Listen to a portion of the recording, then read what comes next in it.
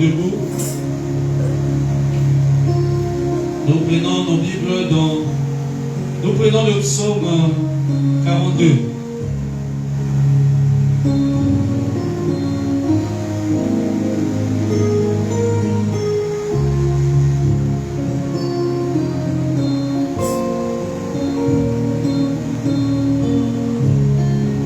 Psaume 42.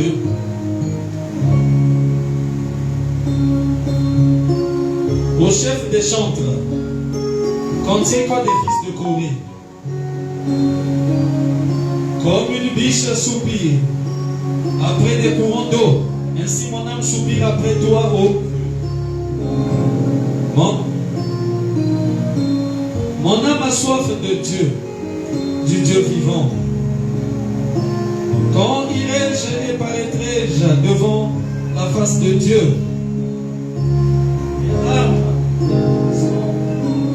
Ma nourriture jour et nuit, pendant qu'on me dit sans cesse, où est ton Dieu?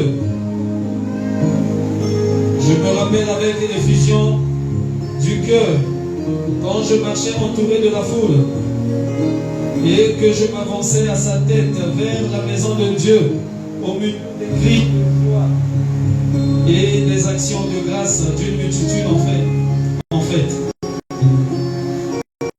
Pourquoi t'as-tu mon âme et gémis-tu au-dedans de moi? Espère en Dieu, car je le louerai encore. Il est mon salut et mon Dieu. Amen. Amen. Oh, laisse-moi Seigneur, mon Dieu.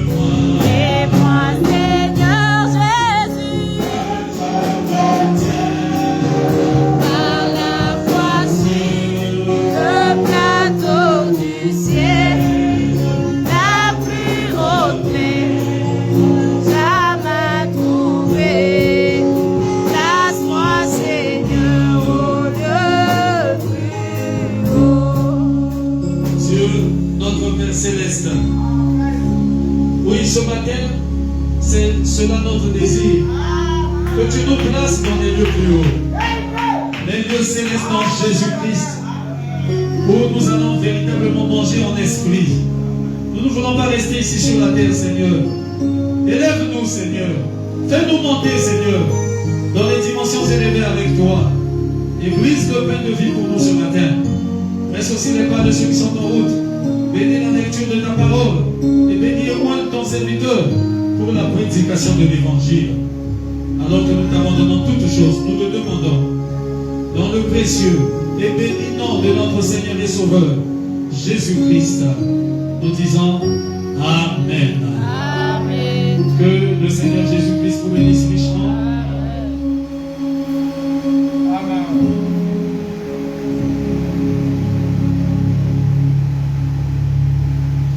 Que Dieu vous bénisse. Amen. Êtes-vous dans la joie? Amen. Comme David. Amen. Il a dit, je suis dans la joie quand on me dit. Allons dans la maison de l'Éternel.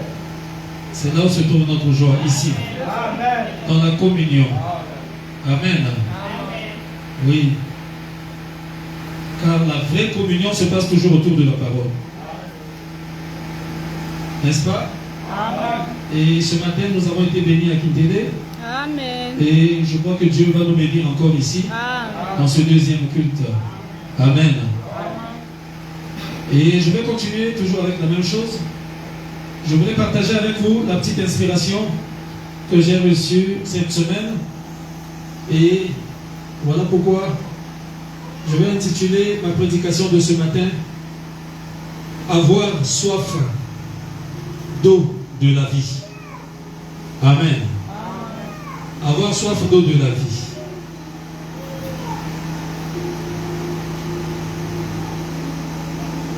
Hier, le frère Méris me faisait un peu rire, là, il me parlait. Il me disait, papa, quand tu cognes sur la plénitude, là vraiment, en tout cas c'est ça même qui nous bénit. Parce qu'il a écouté un prédicateur, effectivement, moi aussi je l'avais écouté, qui disait que, bon, moi je laisse maintenant toutes vos histoires de Branham, là je laisse. Maintenant je vais prêcher Jésus. Ah, mais donc avant tu prêchais quoi? Hein? Si c'est maintenant qu'il va prêcher Jésus, maintenant avant tu dois prêcher quoi? Avant tu prêchais quoi aux gens? C'est là où les gens ne comprennent pas. Quand on vous prêche, quand on parle du message, le message c'est Jésus. Amen. Le message c'est Jésus, n'est-ce pas? Amen. Il dit maintenant, on a dit dans le message, on a commenté ainsi pour Jésus. Maintenant, avant, il y a côté Yanni. On a côté Yannan. On a côté Abraham. Moi, je ne prêche pas Branham. Vous êtes avec moi? Je prêche Jésus. Frère Branham a dit, comme Jean-Baptiste, le messager, le précurseur de la première venue, il ne pouvait pas disparaître de la scène sans nous montrer l'agneau de Dieu. Oh, Jean-Baptiste a dit, voici l'agneau de Dieu qui ôte les péchés du monde. Maintenant, moi, je dois diminuer, je dois disparaître. Il a dit à ses disciples, maintenant, c'est lui que vous devez suivre. De la même manière, frère, maintenant, parle de ça dans la fête des trompettes. Est-ce que vous êtes avec moi? Le messager du temps de la fête aujourd'hui ne pouvait pas aussi disparaître avant de nous montrer l'agneau de Dieu qui ôte les péchés du monde. Et c'est cet agneau-là que nous prêchons. Son nom est Jésus-Christ. Amen. Vous êtes avec moi? Il y a tellement d'embrouilleurs et des embrouillés, et ils embrouillent aussi le peuple. Donc ça veut dire que toi, avant tu prêchais quoi? Si maintenant tu veux maintenant prêcher Jésus, c'est grave. C'est ce genre de déclaration-là. Est-ce que vous êtes avec moi? C'est parce que les gens sont embrouillés. Amen. Et tout l'embrouillement là, effectivement, vous savez, c'est venu à cause de quoi? C'est parce que les gens donnent à William Branham la plénitude de Dieu. Voilà pourquoi je frappe ça. Celui qui a voté à la mon côté, à mon côté à la Amen. Je suis avec Dieu. N'allez jamais croire ça. Même pas une seconde que Branham avait reçu la plénitude de Dieu. Et ça le coûta. Et c'est ça qui a amené toutes ces faussetés-là. Tout l'embrouillement que vous voyez là sur la toile là, c'est ça. Et si vous savez, je vais vous donner une information. S'il y a 100 prédicateurs, je parle seulement du Congo. S'il y a 100 prédicateurs ici au Congo, vous savez quoi? 98 ou 95%. Ils prêchent que Branham avait la plénitude de Dieu. Il n'y a que 5 peut-être ou 3 qui ne croient pas à ces bêtises. C'est des bêtises. C'est la saleté. Ce n'est pas la parole de Dieu. Il y a un seul Dieu. L'unique qui a reçu la plénitude parce qu'il était Dieu. Son nom est Jésus-Christ. Voilà pourquoi il est adoré. Vous êtes avec moi? Quand Abraham a vu Elohim là-bas, Genèse 18, c'était un homme. Dieu avait créé, fabriqué un homme. Et Dieu est entré dans ce corps-là pleinement. Voilà pourquoi Abraham en tant que prophète, parce qu'un vrai prophète ne commet pas ces erreurs-là. Abraham n'a pas dit mes seigneurs. Parce que le prophète est lié à la parole. Vous êtes avec moi? Le prophète et la parole sont un. Oh, j'entends pas pas des amens? Abraham ne pouvait pas se tromper. Vous êtes avec moi? Abraham n'a pas dit mais Seigneur. Non, l'autre pouvait se tromper parce qu'il n'était pas prophète. Voilà pourquoi Paul ne pouvait pas se tromper. Mais Irénée pouvait se tromper. Martin pouvait se tromper. Colomba pouvait se tromper. Luther a dit que les Juifs sont antichrist. Les Alokuta. Et pourtant Luther c'est le messager. Mais pourquoi il a commis cette erreur-là? Mais il n'était pas prophète. Frère, il n'y a rien de plus élevé comme rang pour révéler la parole que les prophètes. Alléluia. Vous êtes avec moi? J'ai écouté quelqu'un fabriquer des bêtises comme ça sur Internet. Oh non, la personne qui a la grande révélation, c'est le docteur. Lokuta. Vous êtes avec moi? Ça, c'est un gros menteur. Il ne comprend pas. Frère Madame dit que le rang le plus élevé dans le ministère pour révéler la parole, c'est le prophète. Parce que la parole vient au prophète. La parole ne vient pas au docteur. La parole ne vient pas aux évangélistes, aux pasteurs ou aux apôtres. Mais la parole vient au prophète. C'est le rang le plus élevé. Madame dit un prophète, c'est d'abord un don de sagesse. Qui a le don de sagesse? Que celui qui a le don de sagesse calcule le nombre de la bête. Parce que c'est un nombre d'hommes et son nombre est 666. Qui a révélé ça? Le don de sagesse. William Branham, un prophète. Alléluia. Tout l'embrouillement là dans le message est venu à cause de la plénitude de Dieu dans Branham. Et à mon côté, troisième Adam, et à mon côté, tout ce que vous savez là. Troisième Adam, tout ça c'est des faussetés. Vous êtes avec moi? Il y a eu un Adam créé sans sexe. Un fils de Dieu à l'image de Dieu. Et le second Adam aussi est venu sans sexe. Son nom est Jésus-Christ. Il est venu dans le but de relever le premier Adam qui était tombé. C'est fini. Vous êtes avec moi? Et au temps de la fin, comme il a accompli l'expiation, il vient restaurer les Adams. C'est toi et moi. Nous sommes restaurés, ramenés dans notre position. C'est tout. Il est second Adam parce qu'il est l'homme qui est venu aussi sans sexe, comme le premier Adam. Alléluia. Mais lui, il était Dieu. Il est venu relever Adam. Alléluia. Toutes les faussetés là, c'est à cause de la plénitude de Dieu dans Branham. Bon, dit Mayangote, Eza idolâtrie. Amen. J'ai suivi un frère aussi sur les réseaux sociaux.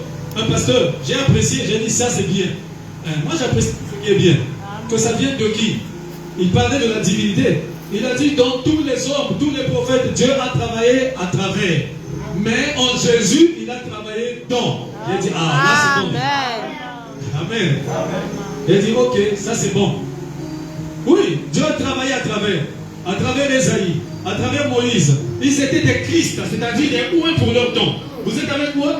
Mais quand Dieu arrive à Christ, Branham dit d'abord dans Dieu dévoilé, Christ était le lieu final, le lieu de repos final de l'esprit. C'est là où l'esprit s'est reposé.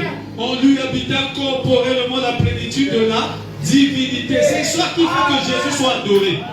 Voilà pourquoi Abraham là-bas, il a adoré Elohim. Genèse 18.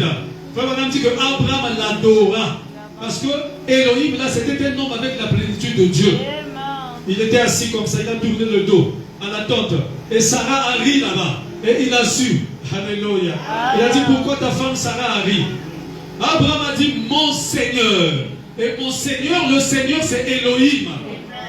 Abraham l'adora. Donc si vous donnez la plénitude de Dieu à William Branham aujourd'hui, vous devez l'adorer. Sinon vous ne connaissez même pas la parole. Là où il y a la plénitude, c'est là où il y a l'adoration. Vous êtes avec moi? Il dit Jésus était un homme comme toi et moi. H-O-M-M-E. S'il voulait se marier et avoir des enfants, il pouvait. Vous êtes avec moi? Il dit mais l'esprit en lui, c'était Dieu avec mesure. Sans mesure. Ou encore, ça c'est le nom qui ajoute, ou encore. Donc Dieu sans mesure veut dire, il dit ou encore en lui habita corporellement la plénitude de la divinité. Et Branham dit voilà pourquoi il sera tant adoré. Mais en tant que chair, il était un homme, comme voit toi et moi.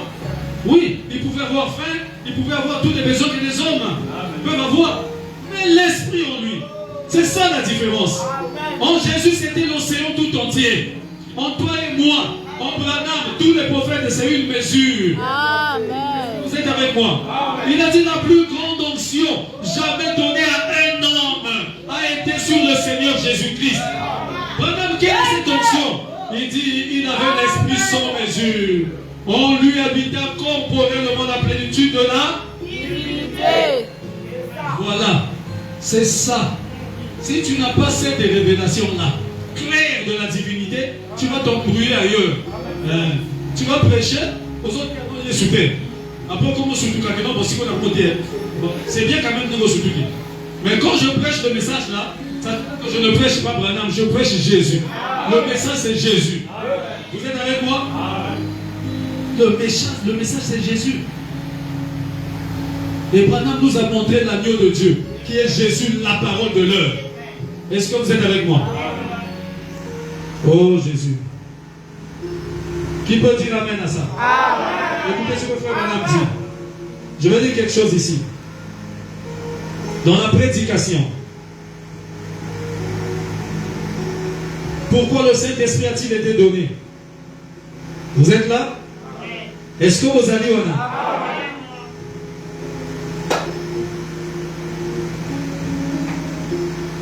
Donnez-moi un bon amen. Amen. Un bon amen. Ça c'est bon. Un bon amen, c'est comme si vous ajoutez l'essence. Là, le moteur est chauffé là. Amen. Écoutez, il dit ceci. Pourquoi le Saint-Esprit a-t-il été donné? Je suis au paragraphe 20. Il dit, maintenant, nous savons ce qu'est le Saint-Esprit. Nous avons vu hier soir que c'est Dieu. Maintenant, quand nous pensons à Dieu, le Père, comme Jésus en a parlé ici, bon, son Père, Dieu le Fils, en Jésus, Dieu le Saint-Esprit, comme nous l'appelons, Dieu le Saint-Esprit comme nous l'appelons aujourd'hui. Maintenant, ça ne signifie pas qu'il y ait trois dieux distincts. Vous êtes là? Ça ne signifie pas qu'il y ait trois dieux distincts séparés. Ça veut dire qu'il y a un Dieu, pardon, ça veut dire qu'il y a un Dieu en trois fonctions.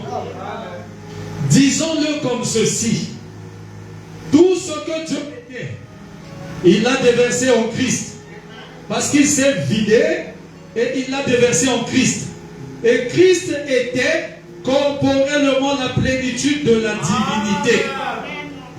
Tout ce que Jéhovah était, il l'a déversé en Christ. Et tout ce que Christ était, il l'a déversé dans l'Église. Voilà. Précise-nous un peu bien là. Il ajoute, pas dans un individu, mais dans le corps tout entier. Ainsi, quand nous nous rassemblons dans l'unité, nous avons la puissance. Tout ce que Dieu était se trouve en Christ. Et tout ce que Christ était se trouve en vous. Vous êtes avec moi? Car Dieu a été fait chair et il a habité parmi nous. Oh, 1 Timothée chapitre 3 verset 16. Oh, si vous prenez ça en note, il est dit là-bas dans 1 Timothée chapitre 3 verset 16, sans contredit. On dit là c'est quoi? Kodzanga ko tout a témé. Je crois que c'est comme ça. Amen. Sans contredit. Le mystère de la piété est grand. Connaissez la piété? Ibonzambé. Le mystère de Dieu est grand. Dieu a été manifesté en chair. Alléluia. Et nous l'avons touché. C'est qui? C'est touché Branham? C'est touché Kimangou? Alléluia. Oh. A été manifesté en chair. C'est Timothée qui a dit. Il dit sans contredit. Le mystère de la piété est grand. Dieu a été manifesté en chair. Et nous l'avons touché. Ceux-là qui touchaient Jésus touchaient le créateur des cieux et la terre. Frère Branham dit que Jésus était sur la terre, il n'y avait pas de Dieu ailleurs. Il n'y avait pas de Saint-Esprit ailleurs. Pour préciser, si Si la vie n'avait pas de Dieu ailleurs, ça peut vous embrouiller. Il n'y avait pas de Saint-Esprit ailleurs. Parce que le Saint-Esprit là, c'est l'Esprit de Jésus.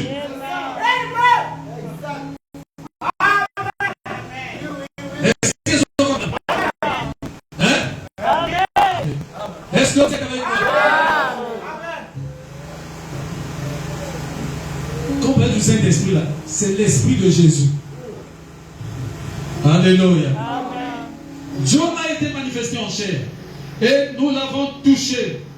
Dieu, Jéhovah, fait chair. Et il a marché sur la terre. Alléluia. Et nous l'avons vu de nos yeux. Oh, vous savez, dans le même chapitre, Jean 14, Philippe a dit, Seigneur, montre-nous le Père et cela nous satisfera. Est-ce qu'il a dit non, le Père est là-bas, mon fils? Philippe, depuis que je suis au milieu de vous ici, toi Philippe, tu ne m'as pas connu. Celui qui me voit le Père. Autrement dit, je suis le Père.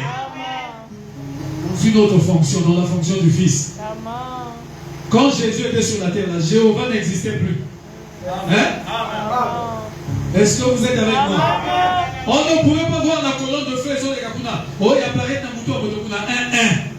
Vous êtes avec moi? Voilà pourquoi Jésus ne pouvait pas dire ainsi dit le Seigneur. Ça, c'est les prophètes, ça, c'est les Branham. Et nous autres. Et le Seigneur, quand il parle en son propre nom. Le Seigneur, quand il jure en son propre chef. Il jure par lui-même et il parle, il dit en vérité, je. C'est comme ça que Jésus a toujours parlé. Un langage différent des autres prophètes. Les prophètes. Vous voyez William Branham, ainsi dit le Seigneur. Ça veut dire quoi? C'est pas Branham qui parle. C'est le Seigneur qui lui montre dans la vision. Il lui montre ta vie. Vous êtes avec moi? Au frère Branham, quand il discernait, là c'était la plénitude. C'est là bandé mon bâtard. Quelle plénitude? Vous êtes avec moi? Quand Élisée discernait là-bas dans l'Ancien Testament, il avait la plénitude. Même Samuel, quand il a rencontré Saoul la première fois, il a discerné les pensées. Il avait la plénitude. Ça, c'est même l'Ancien Testament. Les gens ne savent pas ce que c'est que les prophètes. Un prophète, c'est d'abord un don de vision et de songe. Il est né avec ça. Et c'est par des visions que Dieu peut montrer ta vie au prophète. Parce qu'il est né avec ce don-là. Vous êtes avec moi? Voilà pourquoi même dans l'Ancien Testament, les prophètes discernaient les pensées. Ça n'a rien à voir avec la plénitude de Dieu. Là où il y a la plénitude, c'est là où il y a l'adoration. Voilà pourquoi Abraham avait adoré dans l'Ancien Testament. Cet homme-là, c'était Dieu dans une chair humaine. Il a mangé, il a bu du lait chez Abraham. Et Abraham l'a appelé mon Seigneur. C'est l'adoration. Vous êtes avec moi? Et quand Jésus est arrivé, c'était Dieu lui-même dans son propre corps. Voilà pourquoi Jésus était adoré. Mais depuis que Jésus est rentré, il a envoyé son esprit sur l'église. Et là, Dieu est maintenant dans son peuple. Il n'est plus dans une seule personne. Jusqu'aujourd'hui, c'est la dispensation du Saint-Esprit. Et aujourd'hui, il manifeste encore le Fils de l'homme. Ça n'a rien à voir avec la plénitude de Dieu dans William Branham. C'est ça qui a empoisonné tout le message, mes frères. Je vous dis la vérité. Que Dieu aide tous ceux-là qui sont prédestinés ne croiront pas ces choses-là. Amen. Vous êtes avec moi? C'est un problème de prédestination. De toute façon, ce n'est même pas un problème des efforts que toi tu peux faire. Moi, quand j'ai écrit le message, j'étais au pied d'un pasteur qui croyait ces choses-là. Mais je lui disais que, pasteur, ce que tu prêches là, c'est faux. Moi, je ne crois pas ça. Et lui, il m'aimait beaucoup. Parce que Dieu lui avait dit, il m'a dit ça quand je partais. Que quand on ne parle pas, Dieu m'avait dit, il avait parlé à tel frère, il avait le frère là qui avait eu la vie. Que non, il t'a envoyé ici pour que tu puisses m'aider. Moi, je dis, mais quand je te donne les conseils, tu ne m'as pas écouté. Si tu savais que Dieu m'avait envoyé pour t'aider, mais il faut m'écouter, tu ne m'as pas écouté, c'est trop tard. Mon temps ici, c'est terminé. Je lui disais que je ne crois pas ça.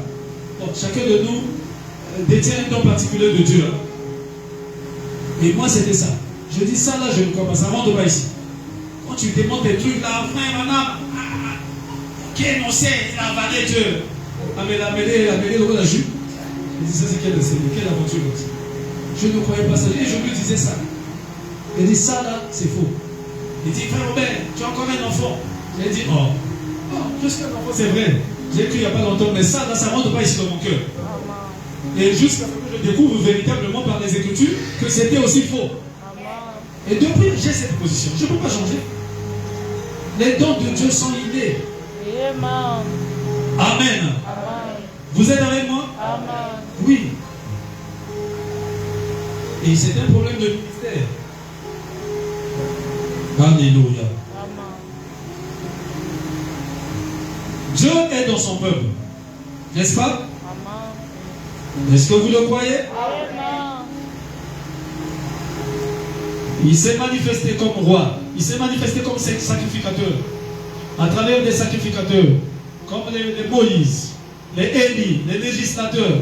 Mais en Christ, c'était le lieu final, le lieu du repos final de l'esprit. Et Madame dit là-bas toujours dans Dieu dévoilé, après Jésus, en ce qui concerne la plénitude, nous ne pouvons pas la diriger vers quelque chose d'autre. Cela doit revenir en retour toujours à lui. C'est écrit dans Dieu dévoilé. Mais d'un côté, ma plénitude, maman. Je ne sais pas quel est cet esprit-là qui envoûte les gens comme ça. Alléluia. Madame Éclair a dit, et après Jésus, en ce qui concerne la plénitude, nous ne pouvons pas la diriger vers quelque chose d'autre. C'est pas possible. Et je vous avais dit ici, si moi je croyais à la plénitude d'Abraham, je devais l'adorer. Parce que ça c'est au moins la logique des choses. Vous êtes avec moi? Si vous donnez la plénitude à Abraham, il faut l'adorer. Si vous ne l'adorez pas, en tout cas, vous êtes même plus dangereux que ceux qui adorent ouvertement. Parce que eux, ils adorent. J'avais suivi le prédicateur, mon frère Bill, une fois il expliquait. Il expliquait, en fait, il s'attaquait aux autres. Il dit, mais pourquoi vous n'adorez pas? Mais vous croyez comme moi à la plénitude, pourquoi vous n'adorez pas? Et les autres boudaient là. Moi, je lui ai dit, effectivement, moi, j'adore pas parce que moi, je ne crois pas à la plénitude d'Orbana. Et il s'est mis à rire. Regardez là. Il s'est mis à rire. J'ai dit, oui, toi, tu as raison. Si je croyais à la plénitude de Dieu dans William Branham, je devais l'adorer. Parce que ça, au moins, sont des principes de la parole. Mais je n'adore pas parce que je ne crois pas. Et ça ne peut même pas, je ne peux même pas croire ça en songe ou en rêve. C'est pas possible. Est-ce que vous êtes là? Hein? Frère, je prêche comme ça parce que je ne veux pas. C'est-à-dire que je peux prêcher comme eux pour être bien, être à côté d'un tel grand, comme ils appellent ça. Grand pasteur, grand. Il s'oublie qu'il n'y a qu'un seul grand parmi nous, c'est Jésus. Pour satisfaire à un tel et tout ça là, ou bien peut-être, bon, d'autres font ça peut-être comme le grand là à l'argent, comme ça le grand là à Sungaï. Ouais. Tiens confiance dans le Nzambe. Amen. Nzambe a Kosungayo. Dieu peut te prendre comme ça dans le meilleur. Amen. À ton boli au Nicolo. Vous êtes avec moi? Amen. Espère sur moi ton Dieu. Amen. Les gens ici, sur la terre ici, c'est des problèmes. Est-ce que vous êtes avec moi? Amen. C'est vraiment des sérieux problèmes. Donc tout ce que Dieu était, il avait déversé en Christ. Et tout ce que Christ était, il l'a déversé dans l'Église, dans les croyants. C'est Dieu dans son peuple. Dieu au-dessus de nous, dans l'Ancien Testament. Dieu parmi nous, dans la chair humaine, dans la personne de Jésus-Christ, pour accomplir l'expiation, pour sauver l'humanité, pour donner le vrai sang. Et une fois qu'il a accompli ça, il est retourné dans sa forme de l'esprit. Voilà pourquoi Paul l'a rencontré sur le chemin de Damas, et cette fois-ci, il ne s'est pas caché. Dans l'Ancien Testament, il se cachait tout le temps. Il ne pouvait pas révéler d'abord son nom. Vous êtes avec moi?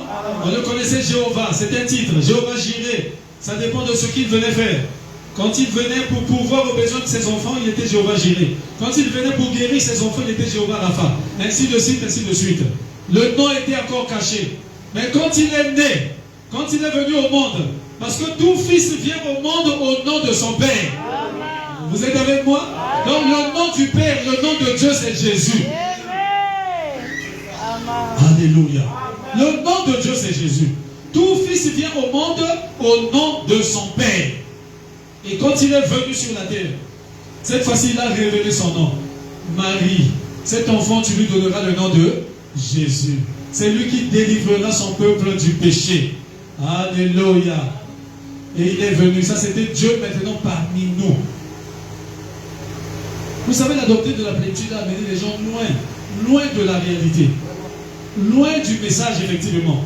Les gens prêchaient Branham, ils ne prêchaient pas Jésus. Je vous dis la vérité, mes frères. Toutes les excitations que vous voyez là, c'est parce qu'ils prêchaient Branham. Puisque Branham recevait la plénitude, il avait la plénitude. Et c'est dangereux. Vous êtes avec moi? C'est dangereux. C'est là où tout est sorti, beaucoup de choses. Jusqu'à dire, je ne sais pas, Dieu a fini sa course, je ne sais pas, dans Branham, les histoires. Alors que Branham lui-même dit dans Dieu dévoilé, après Jésus, en ce qui concerne la plénitude, vous ne pouvez pas la diriger vers quelque chose d'autre. C'est ça qui a mené tout ça, tout le désordre que vous voyez.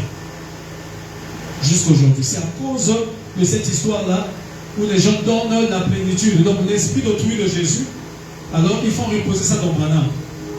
Et ça les amène même à dire, quand Jésus est devenu Dieu à l'âge de 30 ans. Et quand Jésus a reçu la plénitude de la divinité, c'était à 30 ans. Il n'y a pas si. Hein? Est-ce qu'on devient Dieu? Non. Bon, donc avant 30 ans, il était. Non, il faut pas que ça le soit.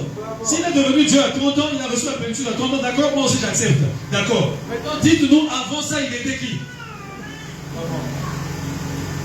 Puisqu'il est devenu Dieu. Est-ce que même un fils de Dieu devient un fils de Dieu? Est-ce que Bakoma Kamon Nzambe? Ou bien moi Namboa? Bakoma Kamon Namboa? Non, au Botami Bois. Ou bien au Botami, je ne sais pas quoi, biche. Au Botami Lion. Ça c'est la loi de Dieu. Chaque sémence se reproduit selon son espèce. Si tu es fils de Dieu, fille de Dieu aujourd'hui, tu n'es pas devenu à cause du baptême du Saint-Esprit. Oh non.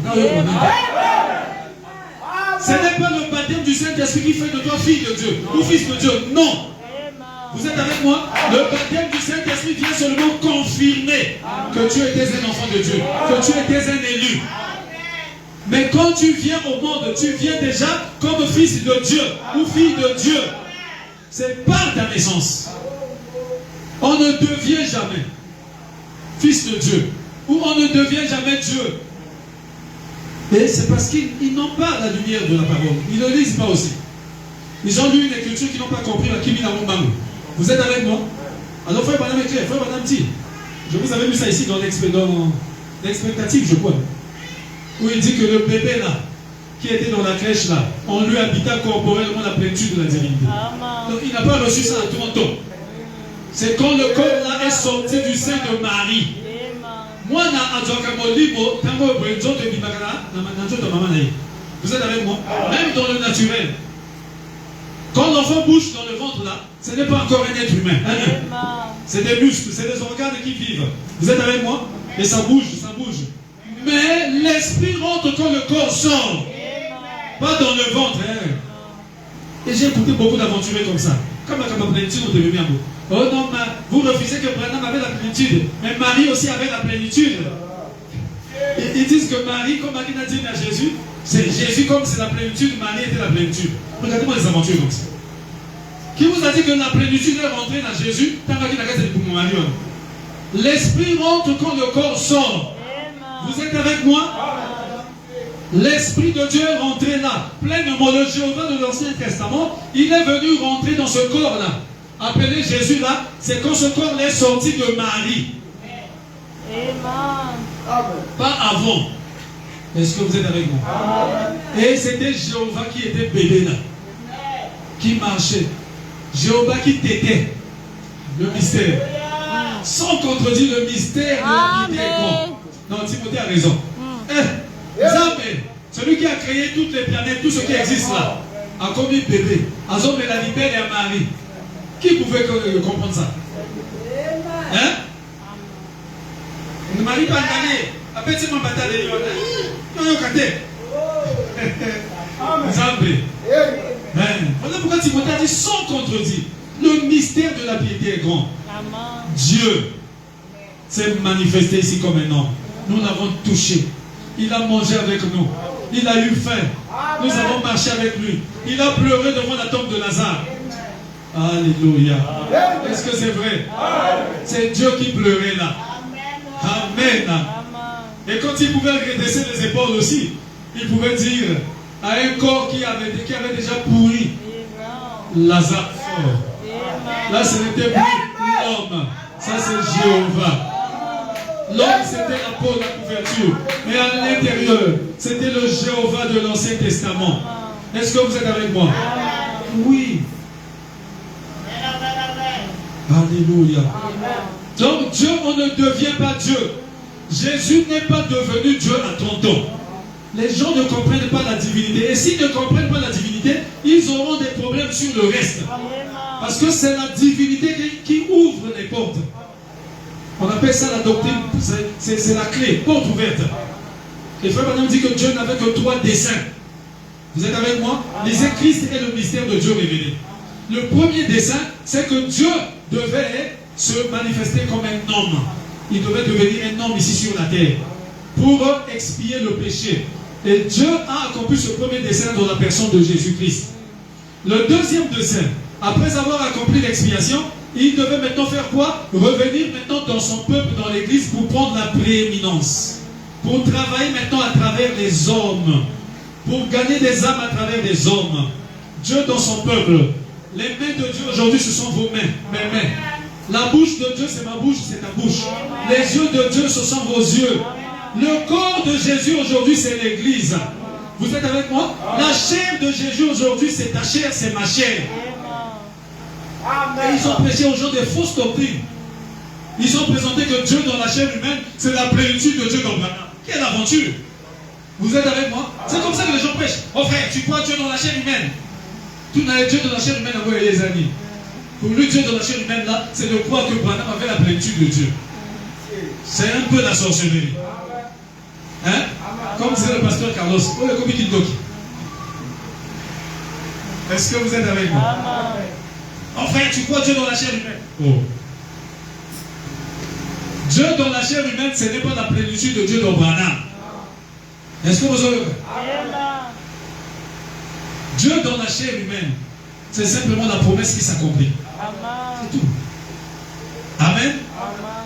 Quand tu vois cette promesse-là s'accomplir en moi, c'est Dieu dans la chair humaine. Ce qui était autrefois une prophétie, quand ça s'accomplit, c'est Dieu. C'est ce qu'on appelle la parole faite chair. La promesse accomplie. C'est à ce moment-là qu'il faut adorer, bien sûr. Parce que quand la promesse s'accomplit, c'est là où il y a la vie. C'est ça qui donne la vie. Voilà pourquoi quand ceux-là qui adorent dans le message de l'heure, ils adorent en esprit et en vérité. Tu ne peux pas être dans le message, après ça dit début tout retourne dans la dénomination. C'est que tu n'avais jamais cru. Là-bas, ils ne peuvent pas adorer en vérité. Ils adorent en esprit, oui, c'est le même Saint-Esprit qui travaille partout. Mais la vérité, c'est la promesse de Dieu pour votre jour. C'est ça Dieu dans la chair humaine. La parole faite chair. La promesse rendue manifeste. Est-ce que vous êtes avec moi? Mais Dieu dans la chair humaine, ce n'est pas la plénitude du jour Branham. On est la fabrication à bateau. C'est un gros mensonge du diable. Amen. Frère, il se fait tellement, l'heure est tellement avancée qu'on ne doit plus être ici pour vous embrouiller. Ou bien pour cacher. Ou bien, sauf qu'on y évite van là-bas. Mais si tu connais au moins, alors on te donne la vérité. Ce n'est pas le temps de cacher la vérité.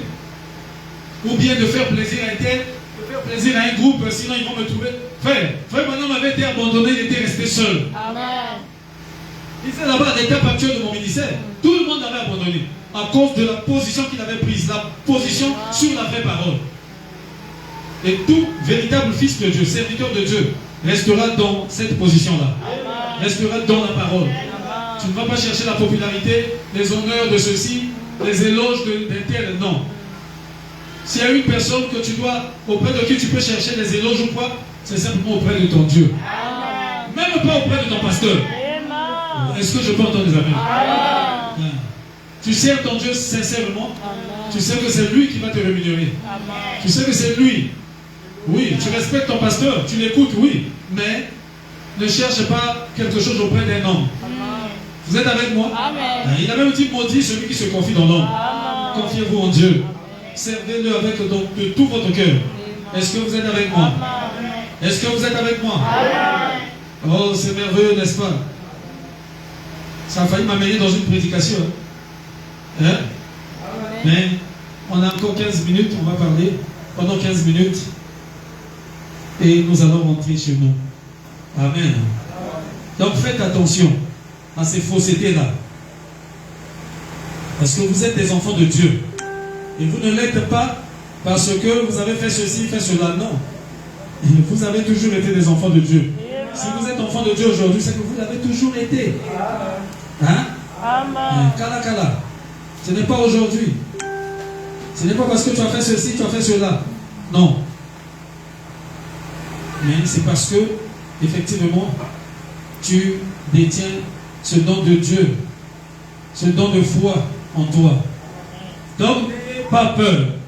Amen. Amen. Vous êtes des êtres éternels. Ne craignez rien. La mission de Satan, il sera toujours là pour vous montrer vos erreurs. Satan ne peut pas te montrer quelque chose de bien que tu fais. Ça ne peut être que Dieu. Vous êtes avec moi? Amen. Satan va te dire seulement tu as fait ici. Tu as fait là. Regarde ce que tu as fait ici. Regarde. Regarde là où tu es devenu. Et ne l'écoutez pas. Amen. Sa mission, c'est de vous décourager. Dans ce corps-ci du péché, nous commettrons des erreurs. Amen. Mais notre Dieu nous a montré comment réparer nos torts. Amen. Et un fils de Dieu, une fille de Dieu finira toujours par réparer ses erreurs. Amen. Est-ce que c'est la vérité? Amen. Sinon, c'est que ton expérience n'est pas encore vraie. Amen. Amen. Amen. Donc n'ayez pas peur du diable. Vous êtes des enfants de Dieu. Vous êtes des êtres éternels. Vous êtes des petits créateurs. Parce que votre Père, c'est le grand créateur. Amen. Amen. Oui, des dieux, des filles de Dieu et des fils de Dieu, ce sont des dieux. Est-ce que vous êtes avec moi? Amen. Des gens que le sorcier ne peut pas manipuler. N'aie pas peur d'un sorcier. C'est le sorcier qui doit fuir un fils de Dieu. Si le sorcier n'a pas peur de toi, c'est que ton expérience n'est pas encore celle-là. Il faut encore vraiment... Parce qu'il faut que tu arrives à un niveau aussi sorcier monio, c'est le sorcier qui t'évite. C'est le sorcier qui t'évite. Moi je suis arrivé à ce niveau-là. Le magicien qui t'évite, qui te salue avec respect. Vous êtes avec moi? Et puis écoute là, moi quand je le rencontre, pasteur, à Timoki de la 4e il voit la qualité de l'onction là. Il reçoit sa qualité de et c'est comme ça. Et pour cela, ça demande une certaine conduite. Est-ce que vous êtes avec moi? Donc n'ayez pas peur du diable. Et ne suivez pas ses mensonges. Ne l'écoutez surtout pas. Une fois que tu l'as écouté, il t'a déjà eu. Amen. Amen. Ne coopérez pas avec le diable. Amen. Je vous avais dit ici que Satan n'est rien. Satan n'a rien. Aza est l'autre côté. Azali Pena est l'autre côté. La parole nous enseigne qu'Azaka est épouvantail. Hein? Comme avait dit le procureur, Satan a l'autre côté. C'est comme ça que tu dois dire à Satan. Moi, il est l'autre côté. Et tu n'as rien. Tu ne peux rien contre moi. Vous êtes avec moi? Il ne peut rien contre un fils de Dieu, une fille de Dieu. Jamais. Il ne peut rien contre une église du Dieu vivant.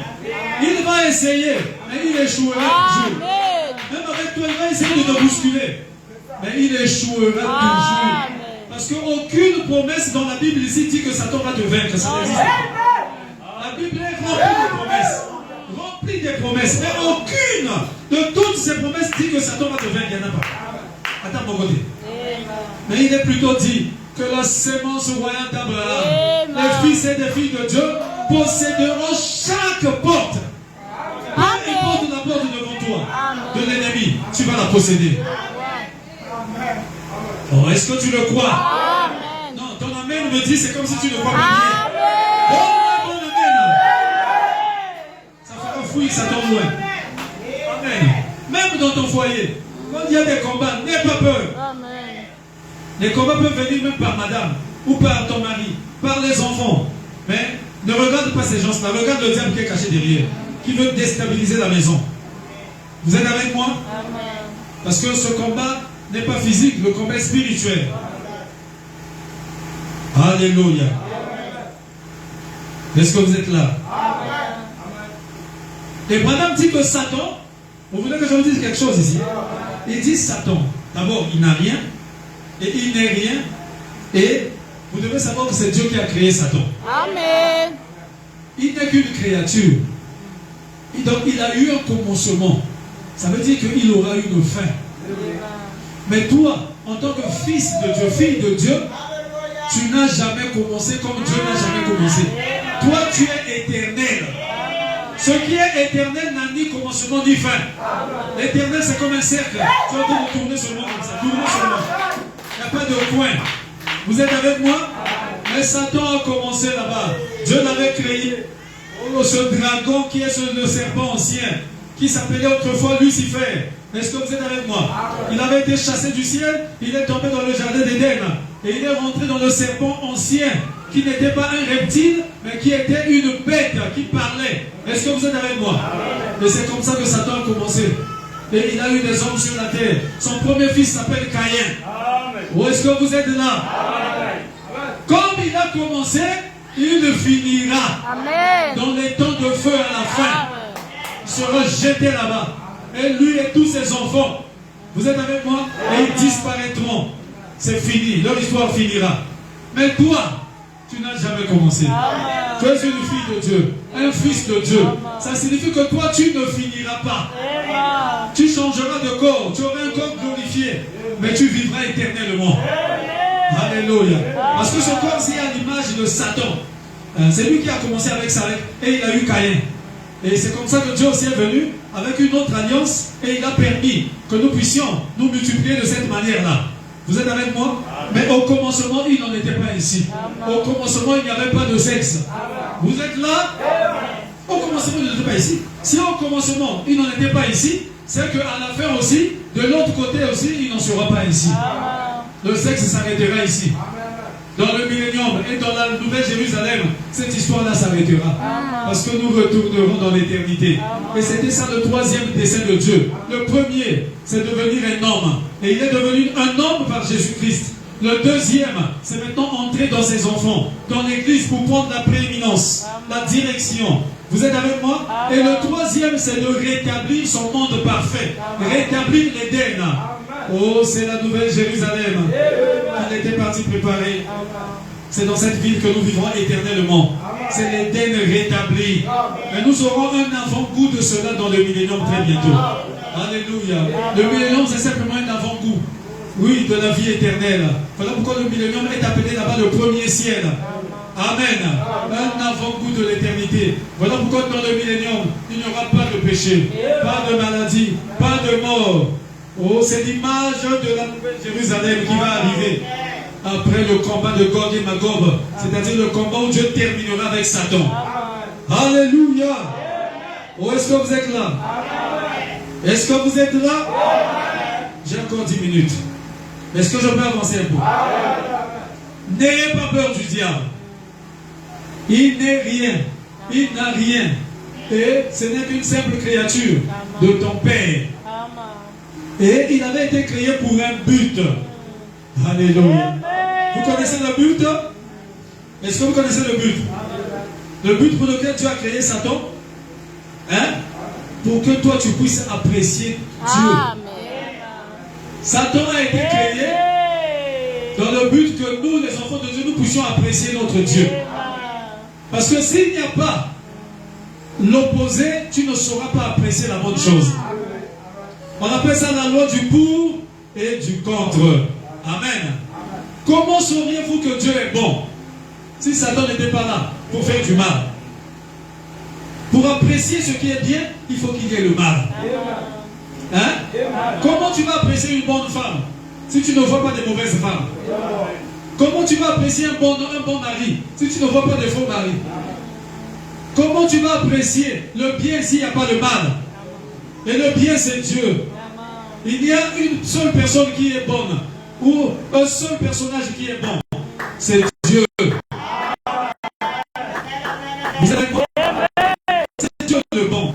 Il a dit même aussi méchant que vous êtes. Vous donnez des bonnes choses à vos enfants. Ah, plus forte raison. Moi, votre Père Céleste qui est bon. Le bon, c'est Dieu. Le mal, c'est Satan. Vous êtes avec moi? Comment apprécieriez-vous la bonne santé s'il n'y avait pas la maladie? Hein? Ah, je suis en bonne santé, oh merci Seigneur. Mais c'est parce que la maladie aussi été rentrée. Tu as la souffrance de la maladie. Au lieu que la maladie est à paix. Voilà pourquoi quand tu es en bonne santé, tu apprécies la bonne santé. Et tu te bats pour que tu sois en bonne santé. Parce que la bonne santé, c'est bon. Alléluia. Comment tu vas apprécier la vie s'il n'y avait pas la mort? C'est à cause de la mort que les gens n'aiment pas mourir, que les gens apprécient la vie. Alors on voit les gens faire tout pour être vivants. Ils le font tout parce qu'ils savent que la mort est à ma baie. Oh, est-ce que je dis quelque chose? Amen. Donc le mal existe pour que vous puissiez apprécier le bien. Satan existe pour que vous puissiez apprécier votre Père, Dieu. Amen. Mais le mal n'a pas commencé. Le mal n'a pas, existé avant.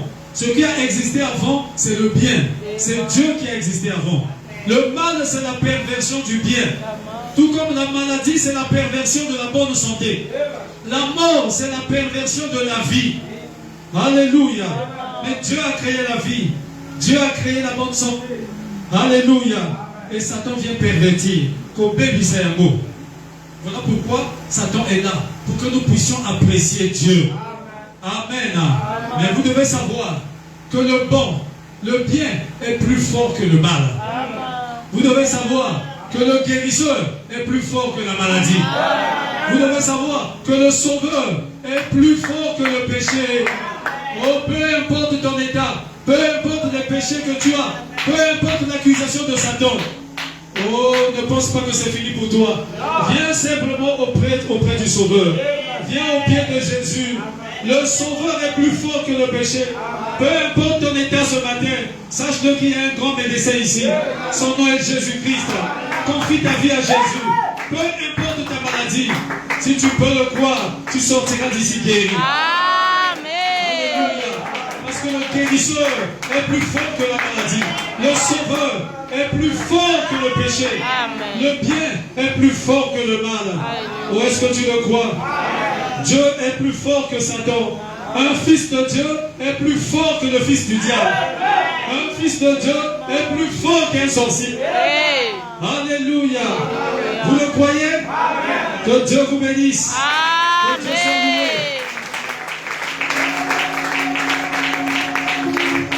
Maintenant, je n'ai pas fini. Il me reste 5 minutes. Dans quelques 5 minutes là, je vais maintenant vous parler de ce que j'avais préparé pour vous. Ah, j'ai dit ici, le commentaire là, c'est parti comme une prédication. Amen. Mais je ne vais pas prendre du temps. Amen. J'avais dit avoir soif. Amen. Soif d'eau de la vie. Je suivais un docteur, c'était cette semaine. Il expliquait les bienfaits de l'eau. De l'eau naturelle. Maï. Il a dit l'eau est essentielle à la vie naturelle. Il expliquait que le corps peut vivre. Non, ça même c'est la parole qu'il explique. Lisez la prédication de la soif. Le corps peut vivre plus longtemps avec de l'eau qu'il ne le peut avec de la nourriture. Amen. Quand tu jeûnes en prenant seulement de l'eau, tu verras que le jeûne là mettra beaucoup du temps. Mais si tu jeûnes, tu ne prends pas de l'eau, tu manges, tu ne vas pas arriver loin. Le corps va réclamer de l'eau. Vous savez pourquoi? Parce que dans le corps ici, la quantité d'eau qui est dans le corps, c'est plus de 80%. Et le docteur l'a expliqué. Il dit qu'il y a plus de 80% d'eau dans le sang. Et vous savez que le sang est essentiel à la vie naturelle. La vie naturelle se trouve dans le sang. Et dans le sang, il y a plus de 80% d'eau. Est-ce que vous êtes avec moi? Amen. Et le médecin était en train d'expliquer, je suivais. J'étais en train de le suivre tranquillement. Donc, les scientifiques, les médecins, donc, ils expliquent, c'est prouvé par la science. Et j'ai écouté ça aussi dans la prédication de Frère Branham sur la soif. Frère Branham aussi parle de ça. Il parle aussi de ces 80% là. Parce que lui aussi côtoyait des médecins. Donc, dans le sang, il y a plus de 80% d'eau dans le sang. Donc, la force même du sang, c'est l'eau. Est-ce que vous êtes avec moi? Amen. Et le sang, la vie naturelle, c'est le sang qui la détient. la vie ici naturelle. Amen. Amen. Et ça, c'est pour le maintien et le bon fonctionnement de ce corps naturel. Mais le médecin a expliqué quelque chose. C'est là où j'ai pris mon inspiration, qui a attiré mon attention. Il dit, mais n'attendez pas d'en arriver à la soif. Amen. Est-ce que vous êtes avec moi? Amen. Quand il a dit qu'avant, il faut il a dit non. N'attendez pas d'en arriver à la soif. Or, souvent ici, nous prenons de l'eau seulement quand nous avons soif. Amen. Il dit non. Il dit, quand vous vous réveillez le matin, prenez un gros verre d'eau. Et je crois que ça a été démontré que normalement l'homme devait consommer au moins 4 litres d'eau chaque jour. Amen. Mais je crois que beaucoup ici n'arrivent même pas à 1 litre d'eau. Souvent on néglige ces choses-là. Il dit le matin à jeun, prenez un gros verre d'eau. Vous êtes avec moi? Il dit ensuite, quelques temps après, avant de manger, il dit prenez maintenant des quelques centilitres. Là. Par exemple, ça là, je ne sais pas si c'est combien de centilitres là. 0,33. Il dit tu peux prendre ça avant de manger et tu manges. Et après avoir mangé, tu prends encore ça pour la bonne digestion. Mais pour ne pas prendre trop beaucoup. Donc, un truc comme ça, par exemple, une petite bouteille comme ça, avant et après le repas. Et il dit quelque temps, après même 3 heures, tu prends encore ça. Après 3 heures, tu prends encore. Donc, tu prends ça régulièrement. N'attends pas que tu aies soif. N'attends pas la soif pour chercher l'eau. Non. Mais il faut prendre ça régulièrement. Et il avait dit l'heure qu'il avait fixée, il a dit jusqu'au moins 22 heures. Parce que quand tu prends ça un peu tard dans la nuit, après ça va te lever un peu la nuit, pour aller un peu au petit coin, pour faire l'iction, ça va te déranger, ça va déranger ton sommeil. Il dit au moins jusqu'à 22 heures, tu peux arrêter, tu peux prendre un truc comme ça, tu arrêtes.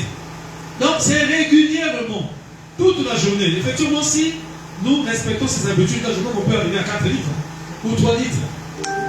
Amen. Donc le matin, il a dit un gros verre. J'imagine peut-être, tu peux prendre même un demi-litre ou 1 litre à jeun. Et ensuite, avant de manger, tu prends une gorgée. Après avoir mangé, tu prends une gorgée. Et le long de la journée, il faut en prendre. N'attends pas que tu aies soif. N'attends pas d'arriver à une situation de soif.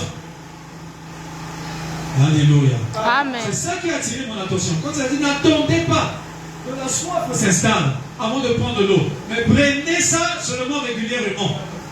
Amen. Prenez ça peut-être tous les 3 heures. Prenez, continuez à prendre. Ça fait du bien à la santé. Ça fait du bien au corps. Parce que le corps humain doit consommer régulièrement de l'eau pour garder sa forme. Vous êtes là? Amen. Pour se maintenir. Pour éloigner les maladies. Pour renforcer tes anticorps. Parce que le sang a besoin d'eau pour bien faire son travail, pour être fort. Parce qu'il y a plus de 80% d'eau dans le sang. Amen. Amen. Et la prise d'eau donc doit être régulière. Peut-être même, je peux dire, tu peux faire un programme même tous les 3 heures. Tu peux prendre ça là par exemple. Ou un demi-litre. Tous les 3 heures par exemple. Mais jusqu'à 22 heures. Il ne faut pas prendre ça trop tard, sinon tu vas beaucoup sortir pour aller aux toilettes. Amen. Donc la prise d'eau doit être régulière. Tu ne dois pas prendre de l'eau seulement quand tu as soif. Non. Que tu aies soif ou pas, il faut prendre de l'eau régulièrement. Amen. Est-ce que vous êtes avec moi? Amen. On va commencer par un gros verre le matin à jeun. Donc n'attendez pas d'en arriver à la soif. Vous êtes là? Amen. Mais buvez de l'eau régulièrement. Toute la journée. Même quand vous n'avez pas soif. Que ce soit une habitude normale. Tout en sachant que l'organisme en a toujours besoin. Vous êtes avec moi? Et l'eau fait son travail. Il renforce le sang. Et alors, le sang renforce les organes. Ça évite les inflammations. Les maladies, souvent nous souffrons. Des maladies auxquelles nous souffrons souvent, ce sont des inflammations à l'intérieur. Donc l'eau, quand l'eau fait son travail, alors l'eau fait booster le sang. Le sang circule partout dans les organes et ça nous garde en parfaite santé. Est-ce que vous êtes avec moi? Amen. Mais n'attendez pas d'en arriver à la soif. Mais prenez de l'eau régulièrement, toute la journée. Amen. Même quand vous n'avez pas soif. Et il expliquait et dit, voilà le secret pour maintenir votre corps en bonne santé. Votre corps naturel. Est-ce que vous êtes avec moi? Et là, alors j'ai compris quelque chose de très important. Amen. Amen. Or, quand nous parlons de la soif indique déjà qu'il y a eu une situation de détresse. Donc, quand vous avez soif là, ça veut dire que la situation est compliquée. Est-ce que vous êtes avec moi? Ça indique déjà une situation de détresse. Amen. Une situation de vie de mort. Comme dans le David là. Il dit comme une biche soupire après un courant d'eau. Parce qu'il est en difficulté, il est entre la vie et la mort. Ainsi, mon âme soupire après toi, oh Dieu. Mon âme a soif de Dieu, du Dieu vivant. Alléluia. Tout comme le corps a soif d'eau, mais mon âme a soif de Dieu. Mais n'attendez pas d'en arriver à la soif, parce que quand vous arrivez à la soif, cela indique déjà qu'il y a un problème. Vous êtes déjà dans la détresse. La soif, c'est quoi? C'est un désir douloureux qui signale un besoin de l'organisme. C'est ce que signifie la soif. Ça peut être la soif d'eau, ça peut être la soif de ceci, mais là nous parlons de la soif d'eau. Est-ce que vous êtes avec moi? Donc, c'est un désir. On parle de soif quand ça devient douloureux. Donc, c'est déjà une situation de détresse. Vous êtes avec moi? Donc, il faut amener cette situation-là, sinon c'est la mort. Donc, quand ça devient une soif, donc c'est déjà compliqué. Voilà pourquoi le médecin l'a expliqué. N'attendez pas d'en arriver à la soif, mais prenez régulièrement de l'eau, que vous ayez soif ou pas. Où est-ce que vous êtes là? Prenez de l'eau régulièrement. À commencer par un gros verre à jeun le matin. Il dit n'attendez pas d'en arriver à la soif. Effectivement, parce que quand vous en arrivez à la soif, on parle de soif quand la situation devient déjà difficile. Un désir douloureux qui indique un besoin. Quand ça devient un besoin, ça veut dire qu'il faut accomplir ça. Amen. Une situation de détresse, une détresse pour le corps, une détresse pour l'organisme. Amen. N'attendez pas la soif, mais prenez l'eau. Buvez l'eau régulièrement pour vous maintenir, pour maintenir ce corps, pour garder la forme, pour une bonne circulation du sang dans tout le corps, pour maintenir ce corps en bonne santé, pour avoir des anticorps solides et lutter contre les maladies, contre les épidémies, contre tous les vents que le diable fait souffler par ici, par là. Est-ce que vous êtes avec moi? Et la même chose s'applique dans le domaine spirituel. Amen. C'est là où j'ai reçu mon inspiration. La même chose s'applique à l'église. La même chose s'applique aux croyants. Amen. La même chose s'applique à la parole de Dieu. Alléluia. La parole de Dieu qui est la véritable source d'eau de la vie. Oh, la véritable source d'eau de la vie que nous devons consommer pour que nos âmes restent vivantes, c'est l'eau de la vie qui est la parole de Dieu. Et nous ne devons pas attendre une situation de soif pour chercher l'eau qui est la parole. N'attendez pas une situation de détresse. Oh, ne cherchez pas Dieu quand les choses deviennent compliquées. Où est-ce que vous êtes avec moi? Ne cherchez pas Dieu quand la maladie s'installe. Ne cherchez pas Dieu quand vous voyez le danger. Ne cherchez pas Dieu quand le sorcier te cherche. Mais cherchez, mangez, buvez Dieu tous les jours. Buvez la parole de Dieu tous les jours. Qu'il y ait bonne situation ou mauvaise situation. Que les jours soient bons ou mauvais. Mangez la parole. Mangez la parole de vie. Vivez la parole. Soyez à votre poste du devoir. Soyez réguliers. Oh, mangez et votre âme vivra. La Bible dit écoutez la parole de Dieu et votre âme vivra. N'attendez pas une situation de détresse. Très souvent, nous attendons quand les choses deviennent difficiles. Oh, j'ai des situations. Pasteur, le pot est vide.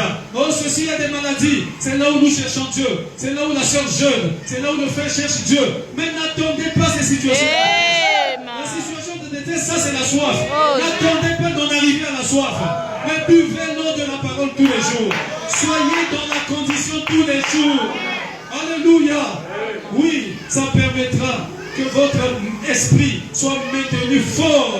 Ça permettra que votre être spirituel soit fort. C'est pour votre bonne condition spirituelle. Est-ce que vous êtes avec moi? Donc n'attendez pas d'en arriver à la soif. La parole de Dieu, vous devez la manger tous les jours. La Bible dit prier sans cesse. La vie de prière, ça doit être une vie normale.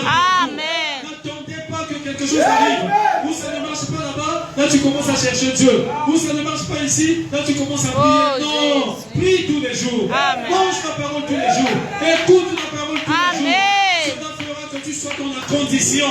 Quand les choses arriveront, la parole que tu manges tous les jours sortira. Amen. Ou est-ce que vous le croyez? Amen. Pour le reste, le Saint-Esprit vous expliquera ça. Que Dieu vous bénisse.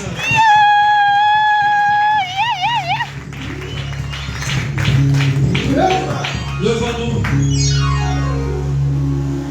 Oui, j'ai essayé de donner avec mes mots cette inspiration. Mais je crois que le Saint-Esprit lui-même, l'enseignant, il va enseigner chacun de vous. Ne cherchez pas Dieu seulement quand ça ne va pas. Amen. Quand des problèmes s'installent, quand les épreuves, non. Mais cherchez continuellement sa face. Soyez salés comme la Bible dit. Oui, toujours connectés, soyez toujours connectés à Dieu. Priez sans cesse. Mangez le sang, mangez la chair du Fils de l'homme. Buvez le sang du Fils de l'homme tous les jours. Et vous serez en condition spirituelle. Ils viennent de l'Est et de l'Ouest, il vient d'un lointain pays. C'est avec le roi pour ses invités, que ses pèlerins sont bénis. Mon cœur est heureux de prier que Jésus m'a libéré, que ne porte plus le fardeau des soucis, sans jour des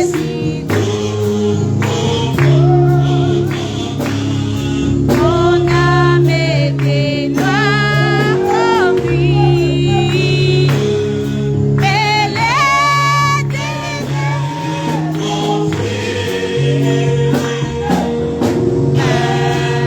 Maintenant je prie, oh car Jésus m'a libéré. tu dois crier victoire. Parce que Jésus te libère. Amen. Il te libère de l'envoûtement. Il te libère de l'enchantement. Alléluia. Il te libère des mauvais sorts et des sortilèges de la famille. Il brise les chaînes. Amen. Il est Dieu. C'est lui le Dieu de Branham. Son nom est Jésus-Christ. Que chacun parle à Dieu maintenant. Élevons tous nos voix. Dis-lui un mot sur la terre. Oui. N'attends pas une situation de détresse pour chercher Dieu. Mais sois toujours là. Mange la parole tous les jours. Bois de l'eau de la vie tous les jours. Comme il avait dit à la femme samaritaine. Au l'eau que je te donnerai, cette eau-là fera que tu n'aies plus soif jusqu'à l'éternité. Élevons nos voix, parlons-lui, prions le Seigneur.